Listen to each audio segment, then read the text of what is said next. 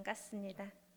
네, 획기적이라는 말이 있습니다. 어떤 가정에서 기존의 상태나 방식을 크게 변화시키거나 전혀 새로운 시대가 열릴 만큼 뚜렷이 구분되는 중요한 변화를 이야기할 때 우리는 획기적인 발명품이다, 획기적이다 이런 얘기를 합니다. 이 세상에서 획기적인 발명품도 많고 획기적인 사건들도 많습니다. 그렇지만 그 중에 가장 획기적인 것은 바로 성경입니다. 성경은 그 자체로 획기적입니다. 먼저 신에 대한 정의가 획기적입니다. 하나님이 사람을 사랑하셔서 이 세상을 만드시고 에덴 동산에서 사람과 함께 거니시면서 사람들이 행복하고 안전하고 평등하게 살기를 원하셨습니다. 그리고 그것이 가능한 삶은 전적으로 하나님을 사랑하고 신뢰하는 삶임을 말씀하셨습니다. 이 일은 다른 신들에게서는 볼 수 없는 일입니다. 고대의 다른 신들은 사람을 사랑하지 않았습니다. 대신 사람에게 사랑과 헌신과 복종을 강조했습니다. 그리고 그 복종이 마음에 들지 않으면, 정성이 부족하면 사람들은 못살게 굴었습니다. 사람들은 신을 만족시키고 신에게 자신의 충성심을 보여주기 위해서 인신 제사와 같은 제사를 드렸습니다. 사람들은 자신의 아이들이나 다른 부족의 사람들을 제물로 바쳤습니다. 하지만 하나님은 다른 종교의 신들처럼 한 번도 사람들에게 제물이나 사람들의 피나 헌신을 요구하지 않으셨습니다. 오히려 하나님은 자신의 하나밖에 없는 아들을 사람들을 위해 희생 제물로 주셨습니다. 성경이 쓰였을 당시 고대 사람들의 사고와 세계관을 살펴볼 때 성경의 내용들은 더욱 획기적입니다. 그 당시는 계급 사회였습니다. 여러 부족들이 살고 있었지만 각 부족은 족장을 중심으로 살아갔습니다. 개개인의 삶보다는 부족의 생존이 우선이었습니다. 행복, 안전, 평등, 인간 존엄이라는 사상이 없었습니다. 하지만 성경에서는 모든 사람을 하나님의 형상으로 지음받은 존귀하고 존중받아야 할 사람으로 이야기합니다. 족장이나 임금들만 존귀한 자들이 아니라 모든 사람이 다 존귀하다는 생각은 정말 획기적입니다. 더 나아가 그 어떤 사람도 절대자이신 하나님보다 높을 수 없다고 이야기합니다. 이는 절대 왕권 국가에서는 반역과도 같은 생각입니다. 그러나 성경은 그러한 때에도 획기적이게도 모든 사람들은 하나님 앞에서 평등하며 하나님의 형상대로 지어진 귀한 존재라고 선포합니다. 사람은 원래 흙, 먼지였습니다. 그렇게 어떠한 의미도 없고 하찮은 존재였습니다. 그러나 하나님 안에서 생명을 얻었고 하나님처럼 존귀하게 되었습니다. 하나님과의 사랑 속에서, 하나님과의 관계 속에서, 하나님과의 친밀함 속에서 사람은 먼지에서 하나님의 형상으로 지음받은 존재가 되었습니다. 성경은 그렇게 하나님이 천지를 창조하신 그 순간부터 획기적이고 놀라운 사랑의 연속입니다. 그리고 오늘 읽은 본문의 말씀에서도 획기적인 일이 일어납니다. 예수님은 요한복음 13장에서 자신이 제자들에게 배신을 받고 어떻게 돌아가실지를 말씀하셨습니다. 그리고 그 이야기를 듣고 걱정하고 근심할 제자들에게 요한복음 14장에서는 성령님이 오실 것이니 어떤 것도 근심하지 말라고 이야기합니다. 예수님이 하나님께로 가면 보혜사 성령님이 오셔서 평소에 예수님이 가르쳐 주신 모든 것이 기억나게 하실 것이라고 말씀하셨습니다. 그런데 제자들은 예수님이 십자가 처형을 받기 전에 하신 말씀들을 모조리 새까맣게 잊어버리고 예수님이 돌아가시자 자기들도 각자의 길로 돌아가 버리고 말았습니다. 제자들은 부활이라는 획기적인 하나님의 방법을 알지 못했기 때문입니다. 사람에게는 죽음이 이 세상의 모든 끝을 의미합니다. 그러나 하나님은 부활을 통해 하나님이 세상을 창조하셨고 영원부터 영원까지 계시는 분임을 알게 하셨습니다.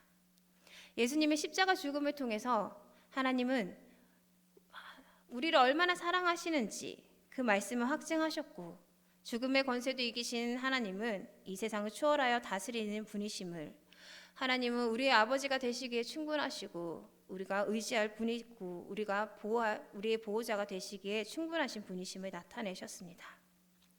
그렇게 제자들은 부활하신 예수님을 만나 40일 동안 예수님과 함께 지내며 하나님의 나라의 일을 들었습니다.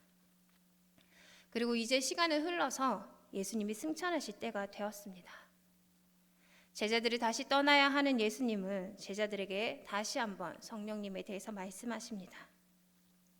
예수님은 제자들에게 예루살렘을 떠나지 말고 하나님이 약속하신 것을 기다리라고 하십니다. 오래 걸리지 않아 성령님이 오실 것이라고 말입니다.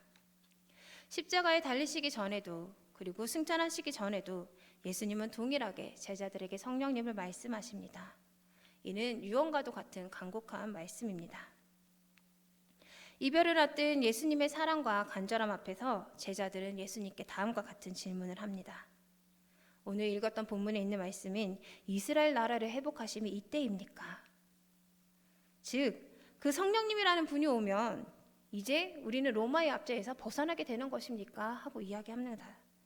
이거는 자다가 봉창 두드리는 것보다 더 황당한 질문입니다. 십자가에 달려 돌아가시기 전에도 말씀하시고 죽고 나서 다시 살아난 뒤에도 말씀하시는데 제자들은 한결같이 눈이 어두워져 있습니다. 예수님이 예루살렘 성에 입성하실 때 제자들과 무리들은 예수님이 정말로 이스라엘의 임금님이 돼서 로마의 압제에서 구해줄 것이라 생각했습니다. 그런데 예수님은 그들의 기대와는 다르게 너무나도 허무하게 변명한병하지 않고 비참하게 돌아가셨습니다. 제자들은 자포자기하고 실망이 가득 차서 뿔뿔이 자기의 길을 갔습니다. 이런 제자들 앞에 놀랍게도 예수님은 다시 살아나셔서 나타나셨습니다. 그러자 제자들은 이제 완전히 확신하게 되었습니다. 야, 진짜 이분은 하나님의 아들이구나. 야, 진짜 이번에는 우리를 로마에서 구해주시겠네. 이들은 생각했습니다. 제자들의 속 터지는 질문에 예수님은 사도행전 1장 7절 8절에서 이렇게 말씀하십니다. 우리 본문의 말씀을 함께 읽도록 하겠습니다. 시작. 이르시되 때와 시기는 아버지께서 자기의 권한에 두셨으니 너희가 알 바 아니요 오직 성령이 너에게 임하시면 너희가 권능을 받고 예루살렘과 온 유대와 사마리아와 땅끝까지 이르러 내 증인이 되리라 하시니라. 아멘. 예수님은 얘들아, 그거는 로마의 압제에서 벗어나는 거는 하나님의 때에 하나님이 하실 일이고 너희는 너희가 할 일을 하면 된다 말씀하십니다. 곧 성령님이 오실 건데 그분이 너에게 권능을 주실 거다. 그러면 너희는 이 세상에서 나를 증거하는 증인이 될 거다. 이렇게 말씀하셨습니다. 예수님이 하늘로 올라가시는 모습을 본 제자들은 정신이 들었는지 이제 예수님의 말씀을 철저히 따르기 시작합니다. 예수님의 말씀대로 예루살렘을 떠나지 않고 마음을 같이하여 온전히 기도에 힘썼습니다. 그렇게 며칠이 지나지 않아 그들은 오순절날 성령님을 만나게 되었습니다. 성령님을 만난 제자들은 말씀이 살아 움직이는 것을 보았습니다. 지금껏 경험하지 못했던 영적 세계를 경험했습니다. 정말이구나 하는 깨달음과 감동으로 그들은 가만히 있을 수가 없었습니다. 그들은 그리스도를 증거했습니다. 자신의 죽음도 두려워하지 않고 권세자들 앞에서, 수많은 무리들 앞에서, 이방인들 앞에서 그들은 하나님의 복음을 전했습니다. 그들이 성령을 받게 되자 그들은 획기적으로 변하게 된 것입니다. 이제 진정으로 먼저 그의 나라와 그의 의를 구하는 삶을 살게 되었습니다. 하나님의 뜻이 이 땅에 이루어지는 것을 바라게 되었습니다. 자신들이 둘러싸고 있던 삶 가운데 무엇이 진리인지 아닌지, 무엇이 참인지 거짓인지를 분별하게 되었고 오직 하나님과 하나님의 뜻을 아는 것만이 중요하다는 것을 알게 되었습니다. 그리고 이 세상에 있는 참된 구원은 하나님의 아들 예수 그리스도를 믿는 것임을 그들은 깨닫게 되었습니다. 그래서 하나님의 사랑도 모르고 예수 그리스도를 모르는 사람들이 너무나 불쌍해서 그들은 가만히 있을 수가 없었습니다. 자신의 목숨도 중요하지 않았습니다. 성령님이 오시자 예수님이 행하신 구원의 사역이 이제는 제자들을 통해서 이스라엘과 이스라엘 민족에만 한정된 것이 아니라 그들의 공간을 넘어서서 전 세계 모든 사람들에게 펴지게 되었습니다. 이는 이스라엘 민족과 온 인류를 향한 중대한 전환, 즉 획기적인 사건이었습니다. 그리고 이 획기적인 일은 지금 이 자리에 있는 우리들에게도 이루어지고 있습니다. 하나님은 이 획기적인 사명을 우리에게도 주셨습니다. 우리는 예수님의 죽음과 부활에 함께 동참한 자들입니다. 갈라디아서 2장 20절의 말씀을 함께 읽겠습니다. 시작. 내가 그리스도와 함께 십자가에 못 박혔나니 그런즉 이제는 내가 사는 것이 아니요 오직 내 안에 그리스도께서 사시는 것이라. 이제 내가 육체 가운데 사는 것은 나를 사랑하사 나를 위하여 자기 자신을 버리신 하나님의 아들을 믿는 믿음 안에서 사는 것이라. 아멘. 지금 우리가 이 자리에 있는 우리가 이제는 현재 진행형인 하나님의 복음의 사역에 획기적인 주체들이 되었습니다. 증인의 삶을 산다는 것은 말처럼 쉬운 일은 아닙니다. 여기저기서 그리스도인들이 받는 어려움들의 소식들이 많이 들립니다. 예전에 주황색 제수복을 입고 바닷가에 서 있는 사람들을 본 적이 있을 것입니다. 혹시 준비가 됐을까요? 네. 이 장면 기억하시죠? 네, 2015년도에 있었던 일입니다. IS가 이집트 콥트 교회 성도 21명을 참수한 모습입니다. 콥트 교회는 사도 마가가 1세기 중반에 이집트의 알렉산드리에서 복음을 전한 것이 시초가 된 교회입니다. IS는 이들을 참수하는 영상을 온 세계에 보내면서 기독교인들에게 겁을 주고자 했습니다. 이 영상을 찍기 위해서 IS 대원들은 2번이나 카메라를 돌리고 촬영을 준비했습니다. 그리고 3번째, 콥트 교회 성도들을 참수했습니다. 성도들에게는 믿음을 부인하거나 죽는 것 중 하나만 선택해야 했습니다. 이들은 신앙을 부인당하기 위해서 몇 달 동안 온갖 고문을 당했습니다. 추운 겨울날 찬물을 뿌리고 잠을 못 자게 했습니다. 그리고 사막에서 젖은 모래를 끌고 쓰러질 때까지 걸었습니다. 쇠로 지지고 정신적으로 고문하고 고립시키는 등 온갖 종류의 신체적, 정신적 고문을 이들은 당했습니다. 하지만 그들은 신앙을 부인하지 않고 죽음을 택했습니다. 이 사진을 보시면 단 한 명, 가나인, 얼굴이 검은 분이 한 분 있습니다. IS 대원들은 그 사람은 가나인이니 너는 풀어주겠다 했습니다. 그러나 가나인이 나는 이들과 같은 신앙을 가졌으니 같이 죽겠다 말하며 남아서 21명이 참수를 당하게 된 것입니다. 지금 이들의 이야기는 애니메이션 더 21으로 만들어졌습니다. 이러한 일은 비단 외국에만 있는 일이 아닙니다. 우리나라의 기독교 역사에도 수없이 많은 일이 있었습니다. 영광군 염산교회에는 77명의 순교자들이 있었습니다. 네, 여긴 제가 갔다 와서 자신 있게 말씀을 드립니다. 여기 가시면 순교자 기념 영상도 보여주시고 목사님이 이야기도 해주십니다. 여기 있는 77명의 성도들은 6.25 전쟁 때 공산군들에 의해 죽임을 당했습니다. 1950년 9월 28일 서울이 수복되고 국군과 유엔군이 영광 읍내로 들어온다는 소식을 들은 이 교회 청년들은 공산당을 피해서 숨어서 예배를 드리다 이제는 우리가 예배를 자유롭게 드릴 수 있겠구나 생각하며 만세 환영대회를 준비하였습니다. 그런데 아직 미처 후퇴하지 못했던 공산군들이 이를 분하게 여겨서 보복하게 되면서 염산교회의 순교가 시작되게 되었습니다. 10월 7일 염산교회 청년 기삼도가 교회당 앞에서 죽창에 찔려 첫 번째 순교를 당했습니다. 기삼도 청년의 죽음을 시작으로 노병재 집사를 바닷가 숨은 뚝방까지 끌고 와 수장시키려 했습니다. 그런데 노병재 집사는 스스로 찬송을 부르며 바다에 뛰어들었습니다. 그 후 노병재 집사의 부인, 그의 어머니, 그리고 4살 박이 막내 아들까지 일가족 9명이 순교를 당했습니다. 또 염산교회 일대 교역자였던 허상 장로와 그 부인이 봉덕산 골짜기에서 매를 맞고 죽창에 찔려 순교당했습니다. 그 후 염산교회 성도들은 예수를 믿는다는 이유로 살해되어 순교의 길을 가게 되었습니다. 당시 살아남았던 백성규 씨는 이러한 증언을 했습니다. 사람을 1m씩 거리를 두고 묶었는데 가슴은 엄지손가락을 십자가 모양으로 해서 묶고 돌도 사람 머리만한 것으로 가슴에 묶어서 그 여러 사람이 되는 인원을 20명이 동원돼서 한꺼번에 빠뜨렸어요. 이날 얼마나 많이 죽었는지. 남자는 엎어져서 뜨고 여자는 뒤집어져서 떠다니고 온 바다의 시체가 떠다녔습니다. 지금 서울도포구의 사진을 보실 것입니다. 이 서울도포구 앞에 바다가 모두 핏빛으로 바뀌어서 한동안 지속되었다고 합니다. 저희도 이 앞에 서서 돌을 매질 못했지만 갖고 온 가방을 목에 메고 그들의 심정이 어떠했을까 그 앞에서 하나님을 외치며 기도했던 성도들의 모습들을 한번 생각해 보았습니다. 이러한 순교자들의 피 위에서 지금 우리가 자유롭게 신앙생활을 하고 있습니다. 그런데 이러한 기독교를 세상은 자꾸만 억압하고자 합니다. 제가 요즘 설교 때 누누이 말씀드리는 것 중에 하나가 포괄적 차별 금지법입니다. 많이 들어보셨을 것입니다.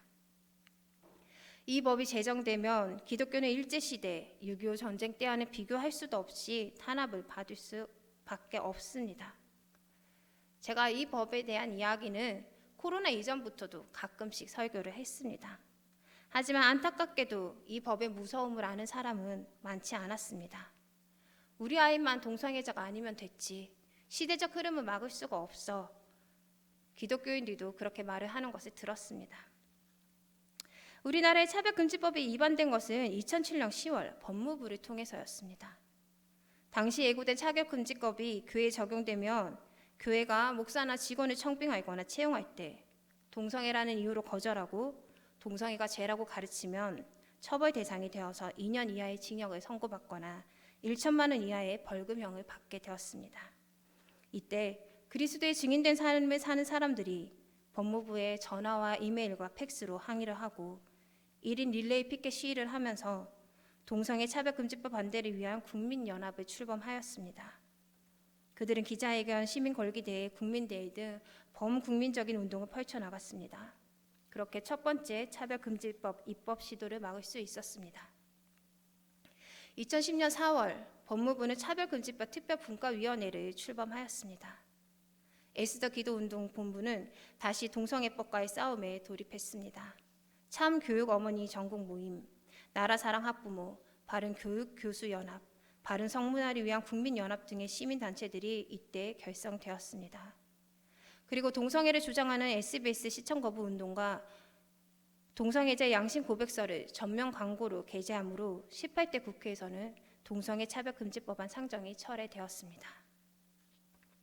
2013년 민주통합당 국회의원들은 66명이 차별금지법안을 발의했습니다. 동성애를 죄나 비윤리적이라고 말할 경우 2년 이하의 징역, 1천만 원 이하의 벌금에 처해지며 처벌 후에도 계속 동성애를 죄라고 할 경우 5배의 징벌적인 손해배상을 해야 했습니다.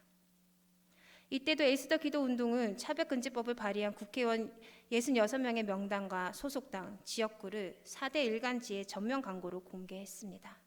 그 결과 의견 수렴 기간 동안 국회 홈페이지 게시판에 99%가 반대 의견을 냈습니다. 결국 대표 발의를 했던 김한길 의원과 최원식 의원은 차별금지법 발의를 철회했습니다. 바로 며칠 전에도 이 법을 제정하고자 민주당 김영배 의원이 대표 발의하였습니다.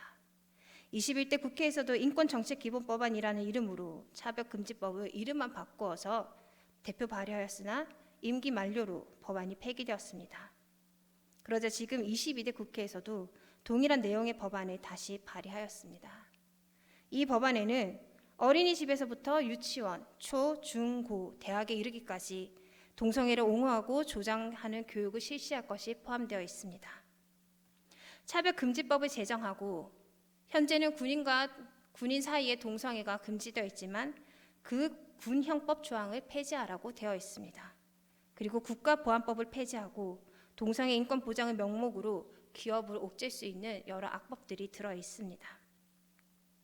포괄적 차별금지법 제정을 원하는 사람들과 단체는 포괄적 차별금지법 제정이 인권을 위하는 일이라고 이야기를 합니다. 성적 소수자들의 인권을 보장해 주어야 한다고 합니다.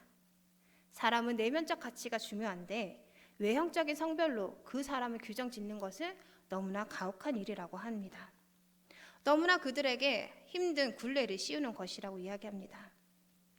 그래서 외형적으로 성별을 바꾸지 않아도 정신적으로 그가 선택하는 성별을 살 수 있게 해주자고 이야기합니다. 또 성별을 바꾸고 싶어하는 사람은 누구나 성전환 수술을 받을 수 있고 호르몬 요법을 받을 수 있다고 말합니다. 왜냐하면 성전환 수술이나 호르몬 요법이 너무나 비싸기 때문에 이것을 국가가 해줘야 한다고 이야기합니다. 남자가 남자를 사랑하거나 여자가 여자를 사랑하면 그 둘이 사랑하게 놔두어야 하고 결혼도 법적으로 보장되어야 합니다. 왜냐하면 이들은 태어날 때부터 유전적으로 그렇게 형성되어 있기 때문입니다. 하지만 그들이 주장하는 유전적 과학적 근거는 모두 엉터리임이 드러났습니다. 그리고 이율배반적이게도 이들은 교육을 통해서 일반 사람들에게도 동성애를 노출해야 한다고 이야기를 합니다. 그러면 일반인들도 동성애자가 될 수 있다고 합니다. 이는 동성애가 학습에 의한 것임을 이들이 알고 있기 때문입니다. 동성애를 교육하면 사람들은 호기심이라도 동성애를 한다는 것입니다. 동성애를 안 한 사람은 있어도 한 번만 한 사람은 없다는 것입니다. 이것이 이들의 숨은 목적입니다. 보편적으로 모든 사람들이 동성애를 하고 동성애를 하는 사람들의 수가 다수적으로 많아지게 되면 동성애는 차별받지 않을 것이고 이것이 바로 인간의 본성이라고 주장할 수 있기 때문입니다. 이런 상황이 되면 사회 질서도 엉망진창이 되지만 제일 먼저 성경이 말씀하신 하나님의 창조가 오류투성이가 되고 맙니다. 남자와 여자로 정의된 기독교의 성은 폭력이며 기독교는 폭력적 집단이 되고 맙니다. 사람은 신체와 정신이 합일되어야 건강한 사람입니다. 그런데 제가 지금 나는 중세시대 공주다. 여러분들은 다 나의 시녀다. 나를 받들라 이렇게 얘기하면 저는 어떤 사람이 됩니까? 정신이 없는 사람이 되는 것입니다. 그러나 포괄적 차별금지법을 주장하는 사람들은 그 사람의 내면적 가치가 중요하기 때문에 이를 존중해줘야 한다고 얘기합니다. 그리고 여러분들께서는 저를 공주로 받들어 모셔야 하는 것입니다. 아직 포괄적 차별금지법이 법으로 제정되지도 않았지만 학교에서는 인권교육이라는 이름으로 교육이 실시되고 있습니다. 이 교육을 3세 아동까지 학대해야 한다고 말합니다. 우리나라는 2021년에 2기 학생인권 종합계획을 확정하였습니다. 이에 따라 2022년에 교육과정이 개정되었습니다. 도덕체계는 성의 자기결정권 존중에 대해서 설명하면서 자신이 남자인지 여자인지 아니면 제3의 다른 성인지 그것을 자기가 결정할 수 있다고 얘기합니다. 이렇게 성 정체성을 누군가 스스로 결정하면 타인은 그의 의견을 존중해야 한다고 말합니다. 우리나라가 확정한 2기 학생인권 종합계획은 2010년도에 실시된 영국의 교육법을 따르고 있습니다. 영국은 인권교육이 실시된 2010년도부터 청소년들 사이에 게이들이 주로 걸리는 임질, 매독, 이질 등 성병 감염이 가파르게 증가하고 있습니다. 그리고 청소년들의 자살률도 높아지고 있습니다. 성적 지향을 주입하는 인권교육은 편향된 이념을 위해 아이들에게 육체적 상처와 정신적 고통을 주는 악법일 뿐입니다. 그리고 동성애, 성전환 수술, 호르몬 요법과 같은 것들은 건강을 크게 해치는 일입니다. 몸에 안 좋다고 담배도 끊으라고 합니다. 그런데 골다공증, 불임, 면역력 저하, 간염, 원숭이 두창, 에이즈 등 인간이 건강하게 살지 못할 질병을 짊어지고 살아가도록 부추기는 것은 인권을 옹호하는 일이 아닐 것입니다.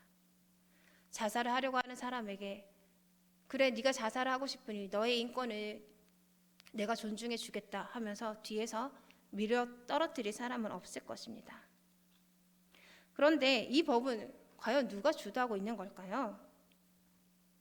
안타깝지만 포괄적 차별금지법은 정치와 밀접한 관계가 있습니다. 이 법이 제정되기만 하면 자신이 속한 단체에 성소수자가 한 명만 있어도 그 단체와 집단을 모든 법 위에 군림할 수 있게 됩니다. 독재 정치가 가능합니다. 자신들이 반대하는 다른 집단을 혐오 집단으로 규정해버리고 언론을 이용하고 소송을 하기만 하면 됩니다. 지금 차별금지법을 저지하는 운동을 벌인 에스더 기도 운동은 극우단체로 낙인 찍혀 있습니다. 한겨레 신문에서는 에스더 기도 운동 등 기독교 단체들이 동성애에 대한 에이즈를 이야기한다며 가짜 뉴스의 뿌리가 기독교라고 이야기하고 있습니다. 그리고 기독교는 동성애자를 혐오하는 집단이라고 이야기합니다. 에스더 기도 운동, 극동 방송 등 사람들에게 포괄적 차별금지법의 위험을 알리는 집단들은 지금 소송을 처리하느라 바쁜 상태입니다. 극동방송은 2007년 포괄적 차별금지법 긴급진단이라는 프로그램을 방송했습니다. 그 이후로 법정 제재를 받았습니다. 그 후 이를 취소해달라는 행정소송을 했지만 1심, 2심 모두 패소하고 현재는 대법원 재판 중에 있습니다. 세상은 하나님의 진리를 따르는 우리들을 혐오주의자들, 보수주의자, 극우 세력이라고 이야기합니다. 기존의 가치와 질서를 바꾸기를 원하는 무신론에서 비롯된 진보주의와 좌파는 기독교 가치를 지키는 사람들을 미개하고 반지성적이고 보수주의자들이며 우파고 극우라고 이야기를 하고 있습니다. 젠더 개념을 옹호하고 포괄적 차격 금지법을 추진하는 사람들은 네오 마르크스주의자, 신마르크스주의자, 신좌파들이라고 불립니다. 전통 좌파는 계급투쟁과 노동운동에 집중하였습니다. 그러나 이제 사람들이 어느 정도 경제적으로 성장했습니다. 그리고 인스타, 유튜브 등 막대한 자본이 없이도 노동자가 없이도 혼자서 경제적으로 성장할 수 있는 1인 기업가들이 많이 생겼습니다. 그들이 벌어들이는 수입은 우리가 상상하는 것 이상입니다. 이러한 일들은 노동자에 대한 개념도 바꾸어 버렸습니다. 그리고 유럽에서 사회주의 정당이 정권을 잡아도 사회 구조를 사회주의로 바꾸지 못했습니다. 그래서 그들이 눈을 돌린 것이 바로 젠더주의, 성정치입니다. 이제 더 이상 계급, 노동 등의 차별을 가지고 세상을 바꿀 수는 없게 되자 이들은 여자, 남자라는 구조가 이 세상의 차별을 초래한다고 이야기합니다. 물론 여자이기 때문에 남자이기 때문에 받는 차별이 있습니다. 다름에서 인정되지 않은 차별은 억울한 차별은 바뀌어야 합니다. 이것은 사람들의 인식을 바꾸면 될 일입니다. 인식 개선 운동을 하는 것이 우선입니다. 하지만 이들의 목적은 차별을 없애는 것이 아니라 이것을 빌미로 세상을 뒤바꾸는 것입니다. 그래서 이들은 가장 큰 걸림돌인 기독교를 없애고자 합니다. 그래서 하나님이 창조하신 성을 부정하고 성경이 정의한 성별을 없애려고 합니다. 성별을 없애면 가정이 없어지고 가정이 없어지면 국가가 없어지고 말 그대로 혼란과 아비규환의 상황이 되는 것입니다.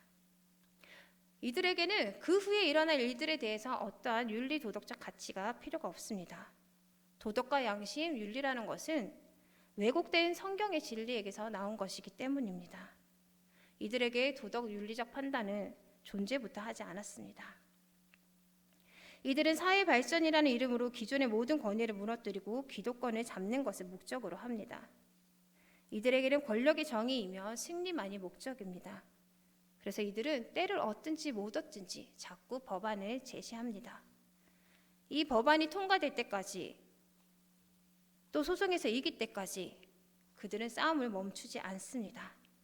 우리나라에서 법으로 이길 수 없다면 그들은 국제기구를 통해서라도 소송을 합니다. 그렇게 해서 동성애를 옹호하는 판사를 만나 승리를 하면 이것 보아라, 이것이 정의다, 이것이 보편적 가치이다 하고 말하면서 차츰차츰 자신들의 영역을 넓혀가고 있습니다. 우리는 지금 역사적인 현장 앞에 서 있습니다. 언제나 세상은 그리스도인들에게 호락호락한 적이 없기는 했습니다. 하지만 지금은 그 어느 때보다도 우리가 치열한 전쟁을 해야 할 때입니다. 이러한 획기적인 시기에 우리는 예수 그리스도의 증인으로 부름을 받아 살고 있습니다. 우리가 어떤 목소리를 내느냐에 따라 기독교는 존폐가 결정되게 됩니다. 목소리를 내지 않으면 그것은 동조하는 것과 같습니다. 우리는 사람의 증인이 아니라 예수님의 증인으로 부름 받았습니다. 이 땅에 살지만 하나님의 나라를 먼저 생각하도록 부름 받았습니다. 이 땅에 하나님의 나라와 하나님의 뜻이 임하기를 위해 중보하는 중보자로 부름 받았습니다. 증인으로 부름받은 우리가 유일하게 해야 할 일은 하나님의 말씀 앞에서 우리 자신을 비춰보는 일일 것입니다. 그렇게 하나님 앞에서 나를 돌이키고 하나님의 말씀 앞에서 이 세상을 돌이키고 하나님의 말씀 앞에서 하나님을 대적하여 나타난 사상들을 돌이키고 하나님을 없애기 위해 만들어지는 악법들을 돌이켜야 할 것입니다. 성경은 우리를 예수님의 증인이라고 말합니다. 예수님의 증인은 5가지 원리로 나를 개혁하고 사회를 개혁하는 사람들입니다. 오직 성경, 오직 은혜, 오직 믿음, 오직 그리스도, 오직 하나님께 영광. 이 5가지는 종교개혁 때 부르짖었던 주제들입니다. 이 5가지 앞에서 우리는 하나님 앞에서 온전히 개혁만이, 하나님의 말씀 앞에서 온전히 돌이킴만이, 하나님 말씀 앞에서 온전히 회개함만이, 하나님 말씀 앞에서 온전히 뉘우침만이 우리가 해야 할 일입니다. 증인된 삶이 지금 우리 앞에 펼쳐져 있습니다. 세상은 획기적으로 기독교를 없애려고 노력하지만 우리는 오늘 하루를 획기적으로 철저하게 예수님의 증인으로 살아야 합니다. 오늘 하루 우리가 분별하지 못하고 증인의 삶을 살지 못하면 우리는 물론이거니와 우리들의 자녀들이 예수님을 증거하기는커녕 예수님을 믿는다는 이유 하나만으로 포괄적 차별금지법 안에서 고통 가운데서 하나님을 믿어야 합니다. 하루하루 고문을 받는 순교자의 삶을 살아야 합니다. 이러한 상황 가운데 자녀에게 신앙을 포기하라고 말할 수 있는 부모가 있겠습니까? 속으로 기도만 해도 생각범죄로 처벌을 받고 있습니다. 지금 현재 영국에서는. 그리고 가정에서 어린아이에게 성경을 가르치면 아동학대로 고발당하고 있습니다. 지금 그 일들이 우리나라에도 이루어지기 위해서 계속 몸부림치고 있습니다. 이러한 시대에 하나님이 성령을 부어주셔서 우리에게 영적 분별력을 주시기를 원합니다. 이러한 시대에 우리가 무엇을 선택해야 할지 올바른 진리를 볼 수 있는 눈을 주시기를 바랍니다. 우리의 눈과 귀와 마음이 온전히 진리를 향할 수 있게 하시기를, 내 안에 말씀에 어긋난 것들을 철저히 하나님 앞에 볼중할 수 있는 결단과 행동을 주시기를, 이 시대를 분별할 수 있는 영적 분별력과 민감함을 주시기를, 이 세상을 변화시킬 수 있는 지혜와 용기를 주셔서 온전히 제자된 삶을 살아가는 우리 모두가 되기를 주님의 이름으로 축복합니다. 이 시간 함께 기도하겠습니다.